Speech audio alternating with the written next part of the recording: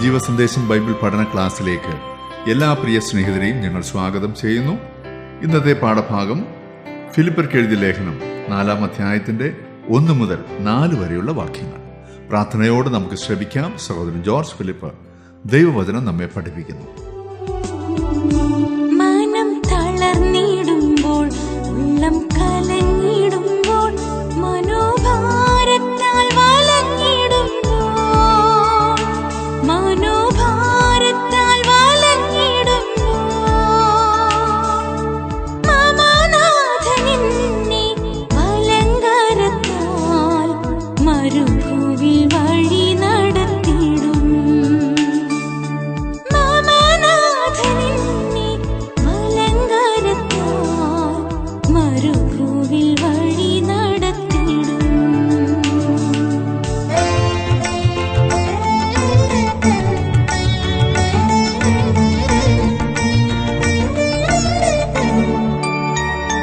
മതിയെന്നുമെൻ ജീവിതനാളുകളിൽ മനുവേലനൻ യേശുപരൻ.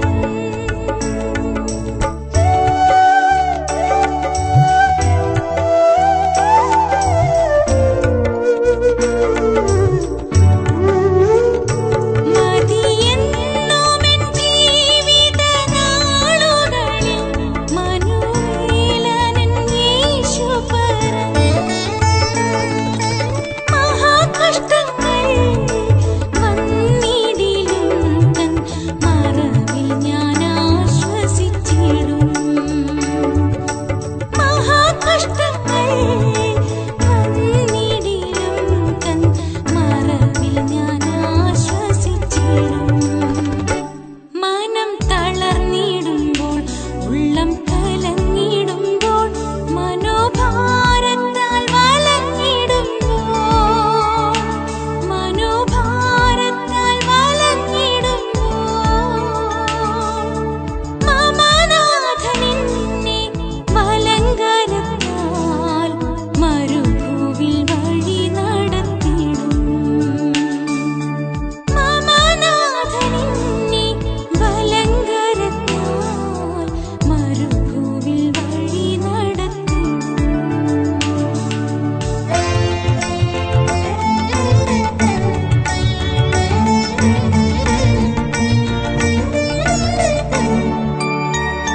മഞ്ഞിൽ മറന്നിടും എല്ലാ ആകുലവും മഹൽ സ്നേഹത്തെ ഓർത്തിടുമ്പോൾ,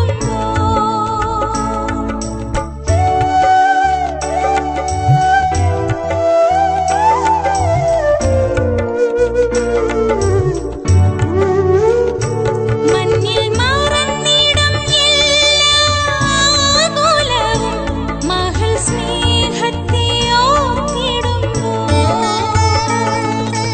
മതിമറന്നു നാം ആർത്തിടുവിൻ മഹാരാജനാം യേശുവിനായി. മതിമറന്നു നാം ആർത്തിടുവിൻ മഹാരാജനാം യേശുവിനായി. മനം തളർന്നിടുമ്പോൾ, ഉള്ളം കലങ്ങിടുമ്പോൾ, മനോഭാരത്താൽ വലഞ്ഞിടുമ്പോൾ, മനോഭാരത്താൽ വലഞ്ഞിടുമ്പോൾ, മമനാഥനെന്നെ വലങ്കരത്താൽ മരുഭൂവിൽ വഴി നടത്തിടും. മമനാഥനെന്നെ വലങ്കരത്താൽ മരുഭൂവിൽ വഴി നടത്തിടും. മരുഭൂവിൽ വഴി നടത്തിടും.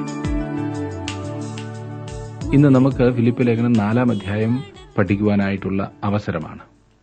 ക്രിസ്തീയ ജീവിതത്തിനുള്ള ശക്തിയാണ് ഈ അധ്യായത്തിലെ വിഷയം. ഇതിനോടകം നാം 3 കാര്യങ്ങൾ കണ്ടു. കഴിഞ്ഞ 3 അധ്യായങ്ങളിൽ നിന്നുമായി അതിപ്രധാനമായ 3 കാര്യങ്ങൾ. ഒന്ന്, ക്രിസ്തീയ ജീവിതത്തിന്റെ തത്വം. അതെന്താണെന്ന് ഓർക്കുന്നുവല്ലോ. എനിക്ക് ജീവിക്കുന്നത് ക്രിസ്തുവും മരിക്കുന്നത് ലാഭവും. പിന്നെ ക്രിസ്തീയ ജീവിതത്തിന്റെ മാതൃക നാം കണ്ടു 2-ാം അധ്യായത്തിൽ. ക്രിസ്തുയേശുവിലുള്ള അതേ ഭാവം തന്നെ നമ്മിലും ഉണ്ടാകുവാനായി പൗലോസ് നമ്മെ പ്രോത്സാഹിപ്പിച്ചത് ഓർക്കുന്നല്ലോ. പിന്നെ ക്രിസ്തീയ ജീവിതത്തിന്റെ സമ്മാനം നാം കണ്ടു. ആ ബിരുദനായി ഓടുന്നു എന്ന് പൗലോസ് പറഞ്ഞ ഭാഗം നാം ചിന്തിക്കുകയുണ്ടായി. ഇനിയും ക്രിസ്തീയ ജീവിതത്തിന്റെ ശക്തി എന്നതാണ് വിഷയം. ക്രിസ്തീയ ജീവിതത്തിന്റെ ശക്തിയെക്കുറിച്ച് നാം ചിന്തിക്കുവാൻ പോകുമ്പോൾ ഞാൻ ഓർപ്പിക്കട്ടെ, പ്രവർത്തിക്കുവാനുള്ള ശക്തി ഇല്ല എങ്കിൽ ഈ ആദ്യം പറഞ്ഞവയെല്ലാം അർത്ഥശൂന്യവും പ്രയോജനരഹിതവുമായി തീരും. ഇല്ലേ? ജീവിതത്തിന്റെ തത്വവും ക്രിസ്തീയ ജീവിതത്തിന്റെ മാതൃകയും ക്രിസ്തീയ ജീവിതത്തിന്റെ സമ്മാനവും ഒക്കെ പ്രയോജനരഹിതമായി തീരും ജീവിക്കുവാനുള്ള ശക്തിയില്ല എങ്കിൽ. ജീവിക്കുവാനുള്ള ശക്തിയില്ല എങ്കിൽ പിന്നെ ഇതൊക്കെ പറഞ്ഞതുകൊണ്ട് എന്താണ് വിശേഷം? നമ്മുടെ ജീവിതത്തിൽ മാതൃകയായി അനുകരിക്കുവാനുള്ള ശക്തിയില്ല എങ്കിൽ അതിനുള്ള മാതൃകയും അർത്ഥവത്തായിരിക്കുകയില്ല. ലക്ഷ്യത്തിലെത്തിച്ചേരുവാൻ കഴിയുകയില്ലെങ്കിൽ സമ്മാനവും ഫലപ്രദമായിരിക്കുകയില്ല. അതിനാൽ ശക്തി ഏറ്റവും പ്രധാനപ്പെട്ട വസ്തുതയാണ്.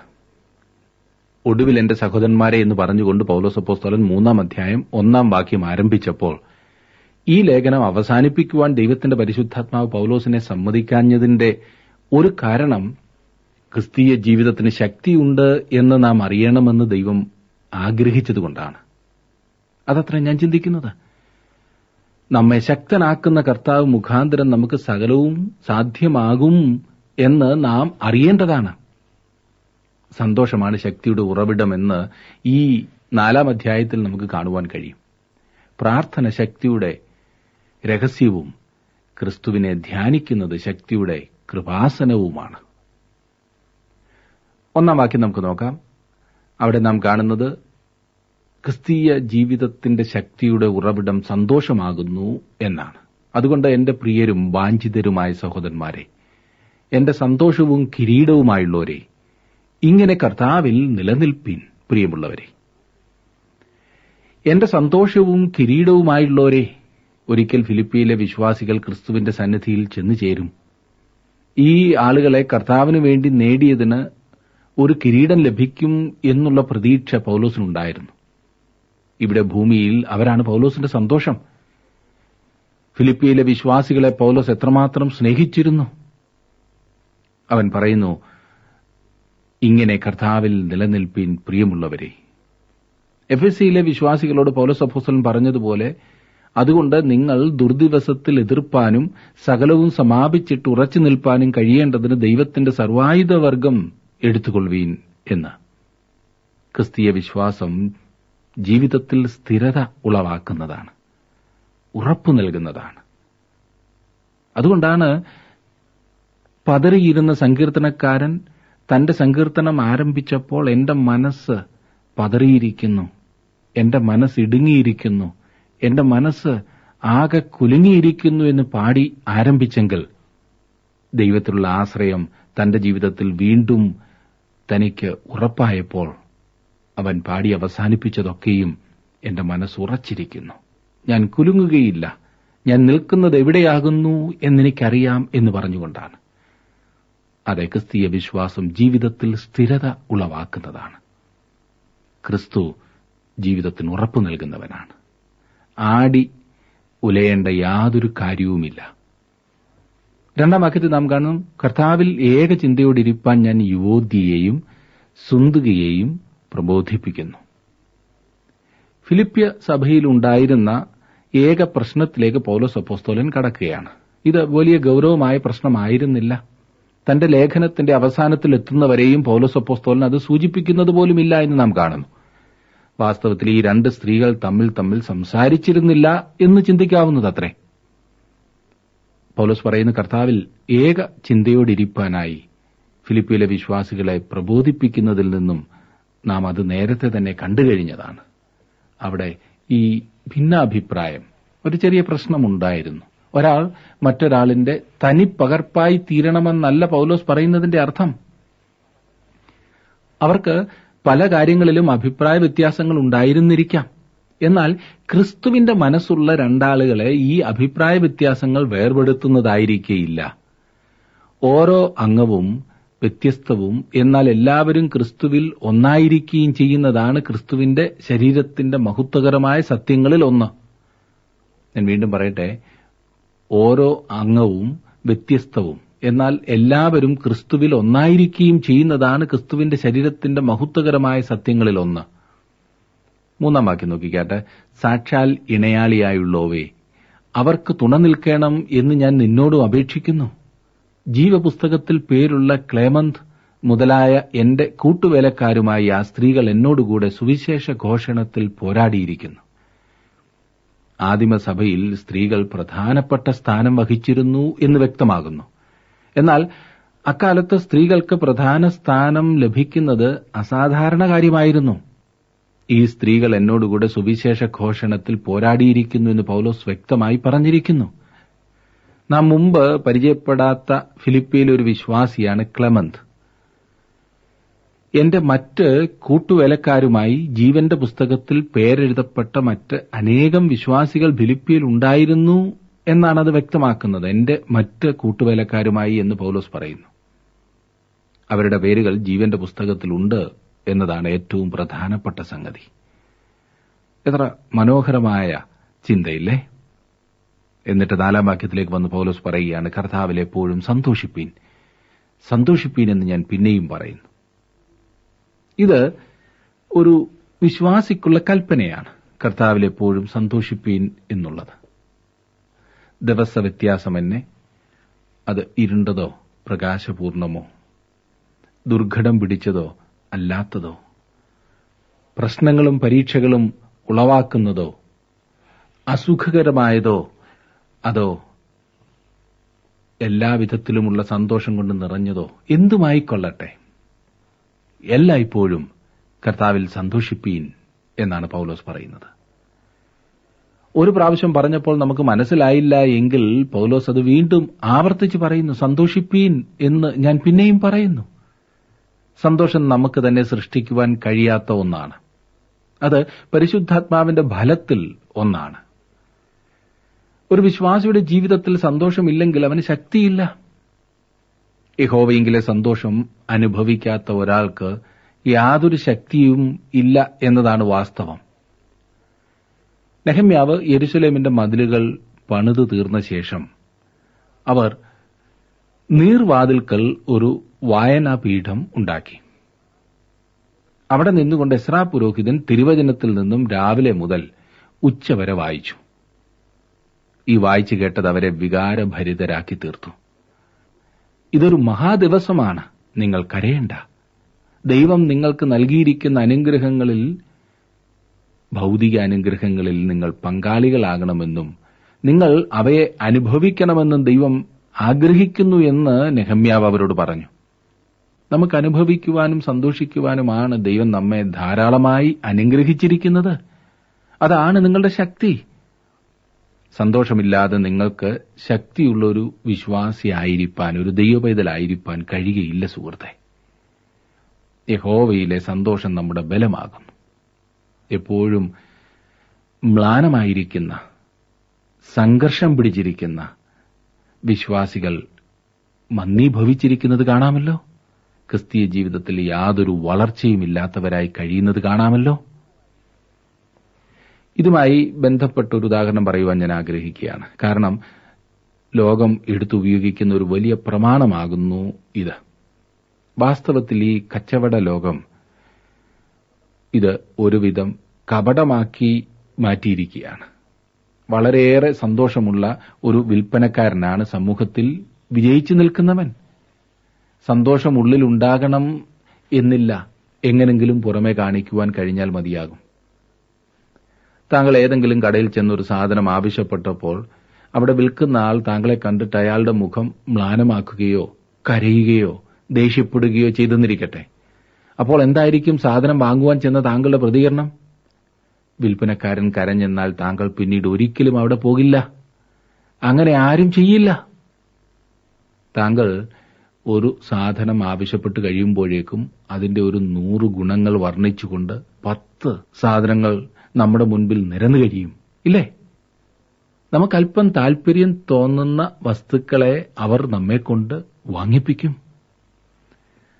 സാധാരണ ഞങ്ങൾ സാധനങ്ങൾ വാങ്ങുന്ന ഒരു കടയിൽ നിന്നും തിരികെ വീട്ടിലേക്ക് വരുമ്പോൾ എന്റെ ഭാര്യ എന്നോട് പറഞ്ഞു, ഇനിയും നമുക്ക് ആ കടയിൽ നിന്നും സാധനങ്ങൾ വാങ്ങേണ്ട എന്ന്. ഞാൻ അത്ഭുതത്തോടെ ചോദിച്ചു, അതെന്താ? അവിടുത്തെ സാധനങ്ങൾ നല്ലതാണല്ലോ, തൂക്കത്തിലും അളവിലും വെട്ടിപ്പില്ല, വിലയും വളരെ ന്യായമായത്, പിന്നെന്താ അവിടുന്ന് വാങ്ങേണ്ട എന്ന് പറഞ്ഞത്? അത് നാം ഇത്രയൊക്കെ സാധനങ്ങൾ വാങ്ങിയിട്ടും നമ്മെ കണ്ടാൽ അവരൊന്ന് ചിരിക്കുമോ? എന്റെ ഭാര്യയുടെ മറുപടി സത്യമാണ്. എന്നാൽ കഴുത്തറുത്ത് കാശ് വാങ്ങുന്നവൻ ഇടപെടുന്ന രീതിയിൽ ആരും പോയി അയാളോട് സാധനങ്ങൾ വാങ്ങും. ഈ അനുഭവങ്ങൾ താങ്കൾക്ക് ധാരാളം ഉണ്ടായിരിക്കുമല്ലോ. മെഡിക്കൽ റെപ്രസെന്റേറ്റീവ്സിനെ കണ്ടിട്ടില്ലേ? വേദന തിങ്ങുന്ന ഹൃദയമാണെങ്കിൽ പോലും ഒരൊറ്റ എണ്ണം പോലും സ്വയം കഴിക്കാതെ സന്തോഷത്തോടെ ആവശ്യം പോലെ വേദന സംഹാരി ഗുളികകൾ അവർ നാട്ടുകാർക്ക് വിൽക്കും. സന്തോഷമില്ലാത്ത മുഖവുമായി ഒരൊറ്റ ദിവസം പോലും അവർ വിജയിക്കുകയില്ല. ഞാൻ കോഴിക്കോട്ട് പോയാൽ സാധാരണ ഭക്ഷണം കഴിക്കുവാൻ കയറുന്ന ഒരു ഹോട്ടലുണ്ട്. അത് ഏതാണെന്ന് നിങ്ങൾക്കറിയണമായിരിക്കും അല്ലേ? ഞാൻ അവിടെ കയറുന്നതിന് കാരണം മറ്റൊന്നുമല്ല, അവിടെ നമുക്ക് ആവശ്യമുള്ള സാധനങ്ങളുടെ ഓർഡർ എടുക്കുവാൻ വരുന്ന ഒരു മനുഷ്യനുണ്ട്.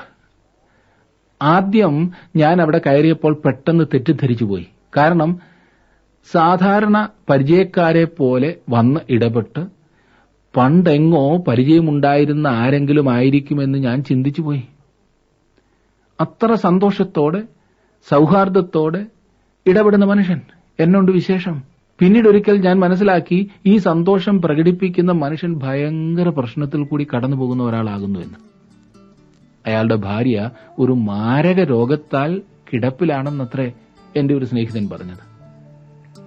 ഒരു ദൈവപൈതൽ ബാഹ്യമായ സന്തോഷം മാത്രം കാണിക്കണമെന്നല്ല ഞാൻ പറഞ്ഞത്. പിന്നെയോ യഥാർത്ഥ സന്തോഷം എപ്പോഴും ഹൃദയത്തിൽ നിറഞ്ഞു നിൽക്കണം. അതെ, കർത്താവിലെ സന്തോഷം ഒരു ദൈവപൈതലിൽ സദാ ഉണ്ടായിരിക്കണം.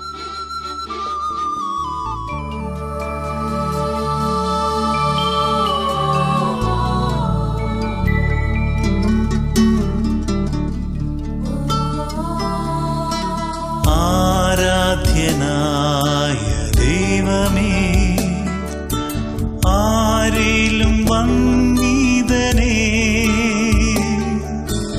ആരാധിക്കുന്നു ഞാൻ നിന്നെ മാത്രം. ആരാധ്യനായ ദൈവമേ, ആരാധ്യനായ ദൈവമേ, ആരിലും വന്ദിതനേ, ആരാധിക്കുന്നു ഞാൻ നിന്നെ മാത്രം. ആരാധ്യനായ ദൈവമേ,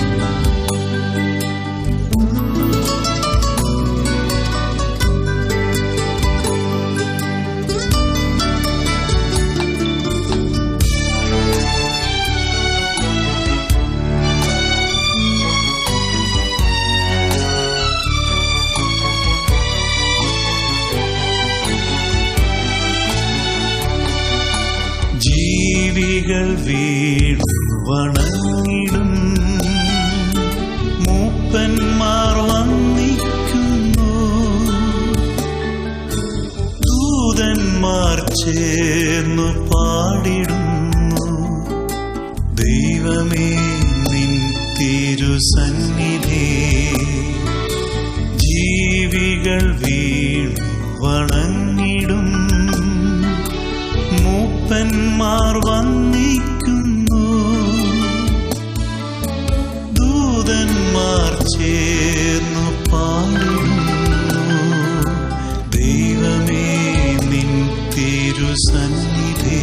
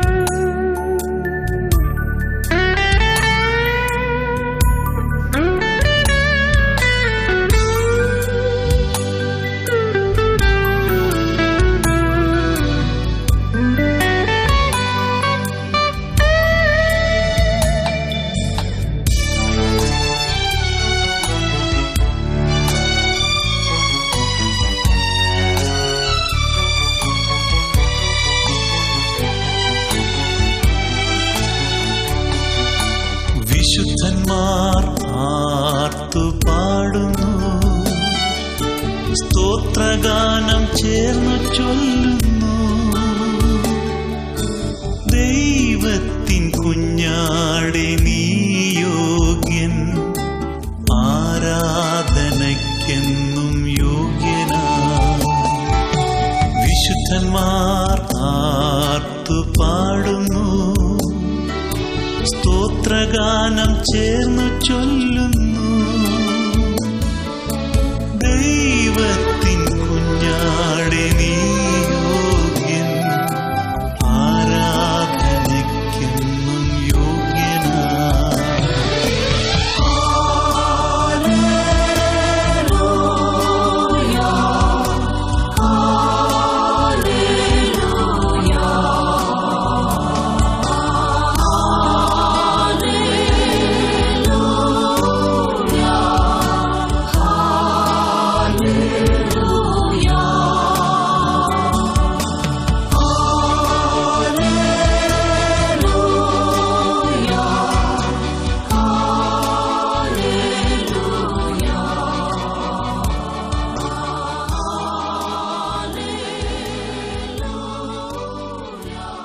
സന്തോഷമുണ്ടാക്കുവാനുള്ള പരിശ്രമത്തിൽ ലോകം വളരെയേറെ പണം ചെലവഴിക്കുന്നുണ്ട്.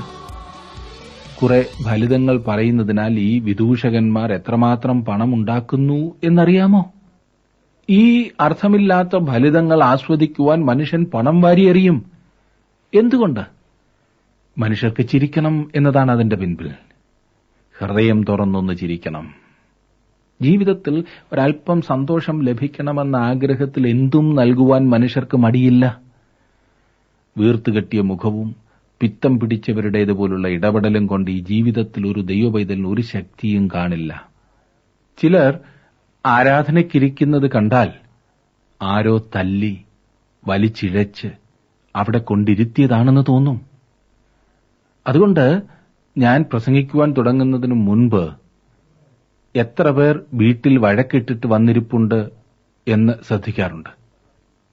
വിശുദ്ധ പൗലോസ് പറയുന്നു, കർത്താവിൽ എപ്പോഴും സന്തോഷിപ്പീൻ. സന്തോഷിപ്പീൻ എന്ന് ഞാൻ പിന്നെയും പറയുന്നു.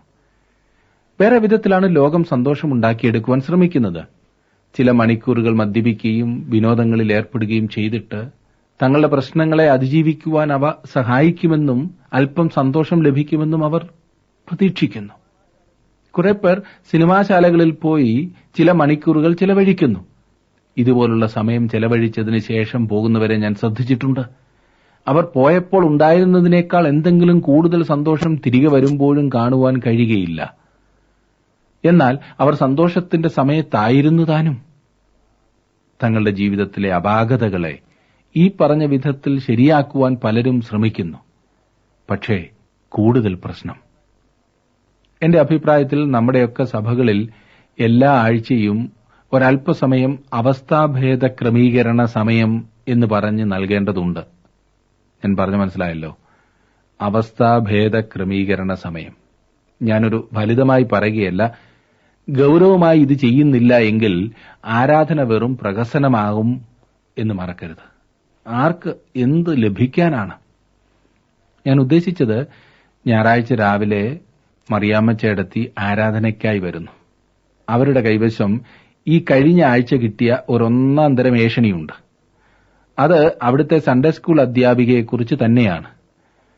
2-3 ദിവസം ഇത് ആരോടും പറയാതിരുന്നതിന്റെ ശ്വാസം മുട്ടൽ ചേടത്തിക്ക് അറിയൂ.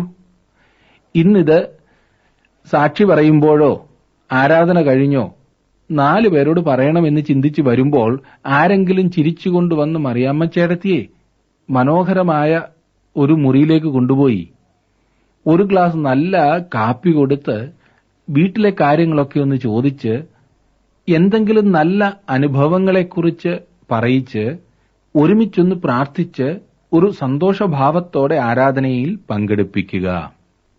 പലരും തങ്ങളുടെ ദേഷ്യം മുഴുവൻ തുറന്നുവിടാനാണ് ആരാധനയിൽ വരുന്നത്. ഇവിടെ ഇതാ സഭയിലെ പ്രധാനിയായ ജോസഫ് ചേട്ടൻ വരുന്നു.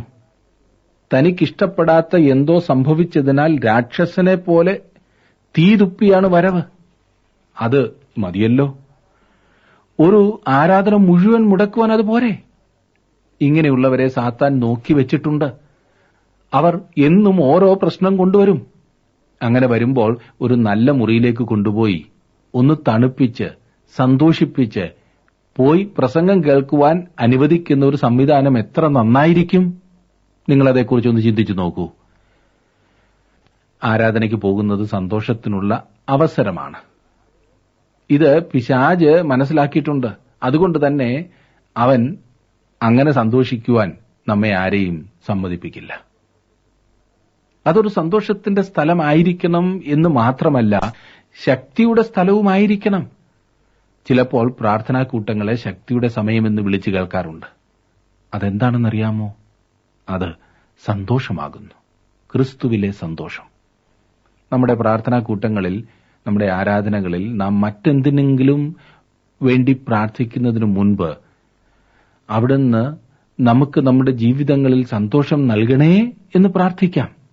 ശത്രു നമ്മുടെ സന്തോഷം എടുത്തു കളയുവാൻ ശ്രമിക്കുന്നു. കാരണം അവനറിയാം ഒരു ദൈവവൈതലിന്റെ ശക്തി അവിടെയാകുന്നു എന്ന്.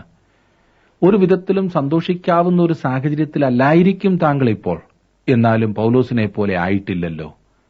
കാരാഗൃഹത്തിൽ കിടന്നുകൊണ്ട് ഒരു സഭയോട് സന്തോഷിക്കുവാൻ പറയുന്നത് ആശ്ചര്യമായിരിക്കുന്നു. എന്നാൽ പൗലോസിന്റെ വാക്കുകൾ നമ്മെ ഒരു വലിയ പാഠം പഠിപ്പിക്കുന്നു. നമ്മുടെ ആന്തരിക മനോഭാവം നമ്മുടെ ബാഹ്യമായ സാഹചര്യങ്ങളെ പ്രതിഫലിപ്പിക്കുന്നതാകണം എന്നില്ല. പൗലോസ് സന്തോഷം കൊണ്ട് നിറഞ്ഞ അവസ്ഥയിലാണ്. കാരണം തനിക്ക് എന്തു സംഭവിച്ചാലും കർത്താവായ യേശുക്രിസ്തു തന്നോട് കൂടിയുണ്ട് എന്ന് പൗലോസിന് ഉറപ്പുണ്ടായിരുന്നു. എന്നെ ശ്രദ്ധിക്കുന്ന പ്രിയ സുഹൃത്തെ, താങ്കൾ സന്തോഷമുള്ളൊരു വ്യക്തി അല്ലെങ്കിൽ താങ്കൾ ജീവിതത്തെ ശരിയായ കാഴ്ചപ്പാടിലല്ലായിരിക്കും കാണുന്നത്. മനസ്സിലായോ? ഇത് ഒന്ന് സ്വയം പരിശോധിക്കുന്നത് താങ്കൾക്ക് വളരെയേറെ പ്രയോജനം ചെയ്യും. താങ്കൾ സന്തോഷമുള്ള ഒരു വ്യക്തി അല്ലെങ്കിൽ ജീവിതത്തെ ശരിയായ കാഴ്ചപ്പാടിലല്ലായിരിക്കും കാണുന്നത്. എന്നെ ശ്രദ്ധിക്കുന്ന പ്രിയ സുഹൃത്തെ, താങ്കളുടെ ജീവിതത്തിൽ ഈ സന്തോഷം പ്രാപിക്കുവാൻ സാധിച്ചിട്ടുണ്ടോ?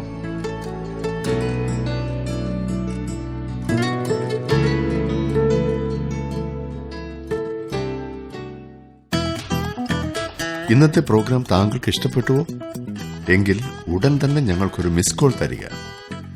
അടുത്ത വിജയി ഒരുപക്ഷെ താങ്കളായിരിക്കും.